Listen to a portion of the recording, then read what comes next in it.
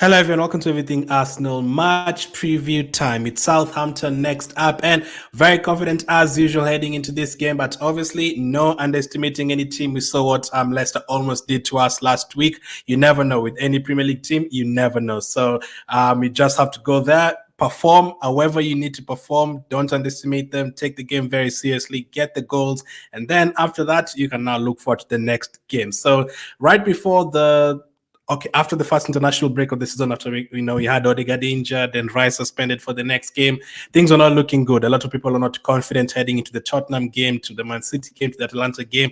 But I said, if you can pull through all those games between that international break and the next international break without Odegaard and missing Rice in one crucial game and finish it unbeaten, that would be absolutely great. And we've done very, very well, beating Tottenham, drawing with Man City, drawing with Atalanta. And what I asked for the next bunch of home games, I said, listen, you have to win all 4 games. Bolton, Southampton, Leicester, and PSG. No excuses. You have to win all 4 of them. We've won 3, 1 more to go, and that is against Southampton. And if we win that, that would be a very, very good, part of the season, like between the 2 international breaks. That would be absolutely incredible, because after the international break that is coming up, the games get tougher. Yes, we'll have Bournemouth and Shakhtar first, but after that, you're going to start playing the likes of Liverpool, Inter Milan, Newcastle, Chelsea. So keep on winning. Let's keep on winning, and let's keep on staying with Man City and Liverpool. If we can go ahead of them, why not? That would be great. But first, let's talk about Southampton a little bit. Southampton they're a weird team. So first of all, they do love spoiling it for us. So I remember, the way Aston Villa spoiled it for us last season.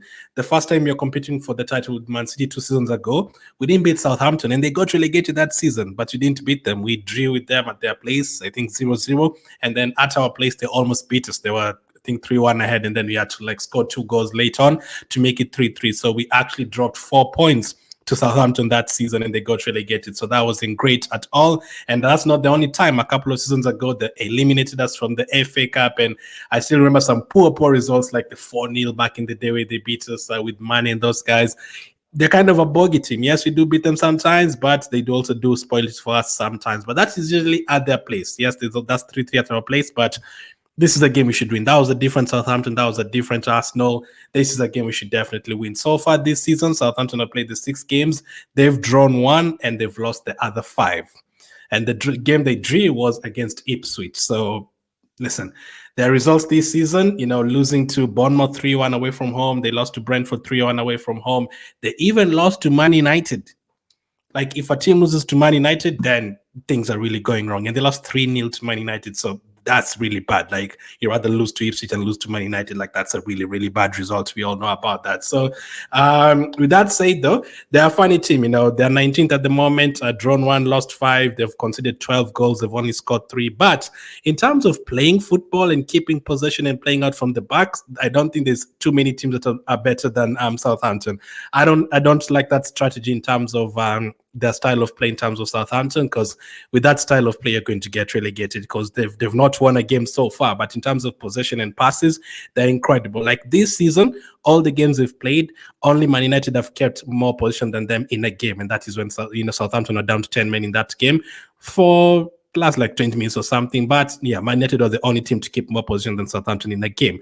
Southampton went to a team like Newcastle. Newcastle were down to 10 men, but Southampton kept 78% possession. And in most of the games, they have a 70% possession. Like, it's absolutely crazy. They like playing out from the back, they're not scared. They like keeping possession, making passes, trying to create chances. They're not scared. But I don't think how well that will do for them in the Premier League. And against us as well, if they're playing out from the back, press, and you're going to create chances. Last time when he played Leicester, I told you guys, Leicester conceded a lot of goals, a lot of shots, like inside the box, and they just conceded a lot of shots. Overall, we did have 30+ shots against them last week.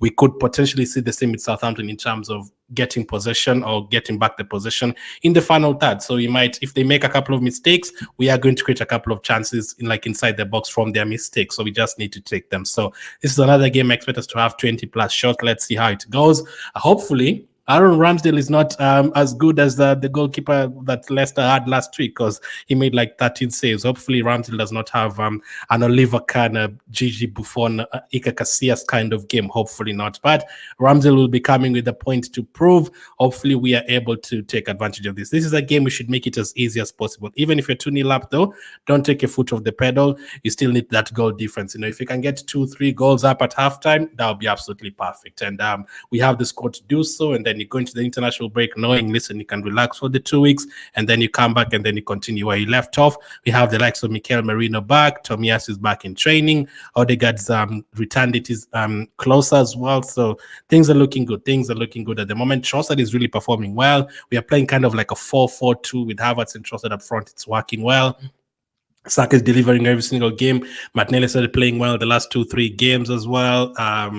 We don't know if you're going to see Merino, Partey, or Rice. You know, Calafiori and Timber have been exceptional. So things are looking good for us. So let's talk about Arsenal now. That is Southampton. They're currently 19th on the table. We should be winning that game. No excuses. We should definitely be winning that game. But for us, we need to focus on ourselves. So we're going to talk about the lineup. But would you guys start Sterling in this game? Would you rest Martinelli, potentially start Sterling? Would you rest a couple of players so that they don't go for the international break? Now, last time, we didn't do that. A lot of teams do that. This last game, you start hearing things like Foden is not available or Palmer is not available. They take them off at halftime and like, nah, they're sick. They're not going for the international break.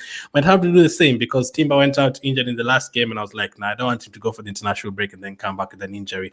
Tomiyasu. Imagine if Tomiyasu goes and plays for Japan 2 games before even playing for us, and then he comes back with another injury.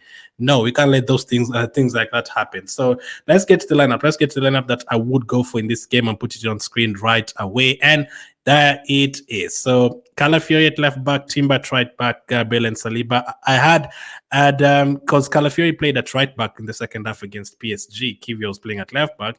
I was flirting with the idea of, you know, not having Timber in this game and then just playing Kivio at left back, Calafiori at right back, we should be able to get the game won.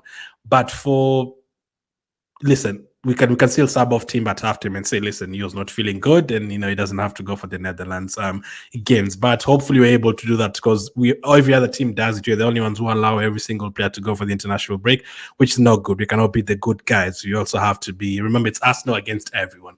Midfield wise, Rice, Partey, and Trossard. Trossard is almost like a second striker, so he goes forward a lot. But Trossard has been playing really well. I don't think you can drop him. People would argue Sterling might need a start. Nwaneri might need a start. Merino might need a start. But for me, not in a rush. Play those guys. Play Rice, Partey, and Trossard. It's been working. Then sub in the second half, you can sub off, bring on Merino. Up front, Saka, Martinelli, and Havertz. Hopefully, Havertz, Martinelli get on the score sheet again. Saka as well, score goals, assists. That would be lovely. And then on the bench, good bench. Still, Kivio will be there. Neto will be there. A couple of youngsters in Lewis Kelly and Nwaneri, really happy with how they're getting the opportunities this season. And then Gabriel Jesus, Sterling, and yeah. Listen, this is a game that's the team that you can bring a lot of people. If can Jorginho get a bit of game time, let's wait and see. Merino, will he come on? Let's wait and see. But yeah, let me know though. Who would you start? Martinelli or Sterling? Would you maybe move Trossard to the left side and then play Nwaneri? Would you want to see Merino starting ahead of Partey in this one? What would you do with the lineup? For me, that's the lineup I'm going for. I'm very, very confident for a win. I am going to go for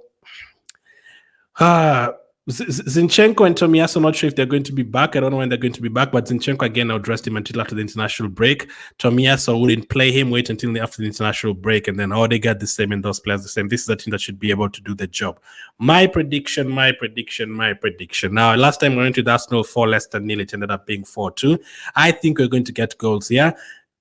Although I said, yes, we can't underestimate them at the beginning and, you know, you cannot take any team for granted and all that, I still think you're going to get goals in this game. But Southampton have so many actors. I don't think they have as more experience than Leicester. Like Leicester have the likes of Didi, Vardy, you know, Winks, and players who played in the Premier League, James Justin, players like that. So if you're not careful, they can score goals against you, even though people have tipped them to get relegated. They still have like Premier League players, Premier League proven players. Southampton, not so much. A lot of youngsters in that team. The youngster starting with a D, is it? I can't remember his name, and he's in my FPL team as well.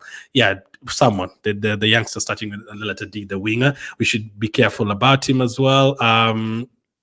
Not right about anything too else. If you do our job, you're supposed to win this game. So I am going to go for Arsenal 4, Southampton 0. Same prediction I had for Leicester. I'm going to go for Havertz to score, Martinelli to score, Saka to score, and Trossard to score. So the entire front four to score. That's my prediction. That is the lineup I would go for. Let me know what your prediction is. What is your preferred lineup? I mean, the rest of the team is the same. It's just basically you're going to start Sterling instead of Martinelli. Do you want to start Nwaneri? Would you start Merino? That is the ones that you're going to be debating. So thank you guys for watching, and I'll catch up with you guys on the next one.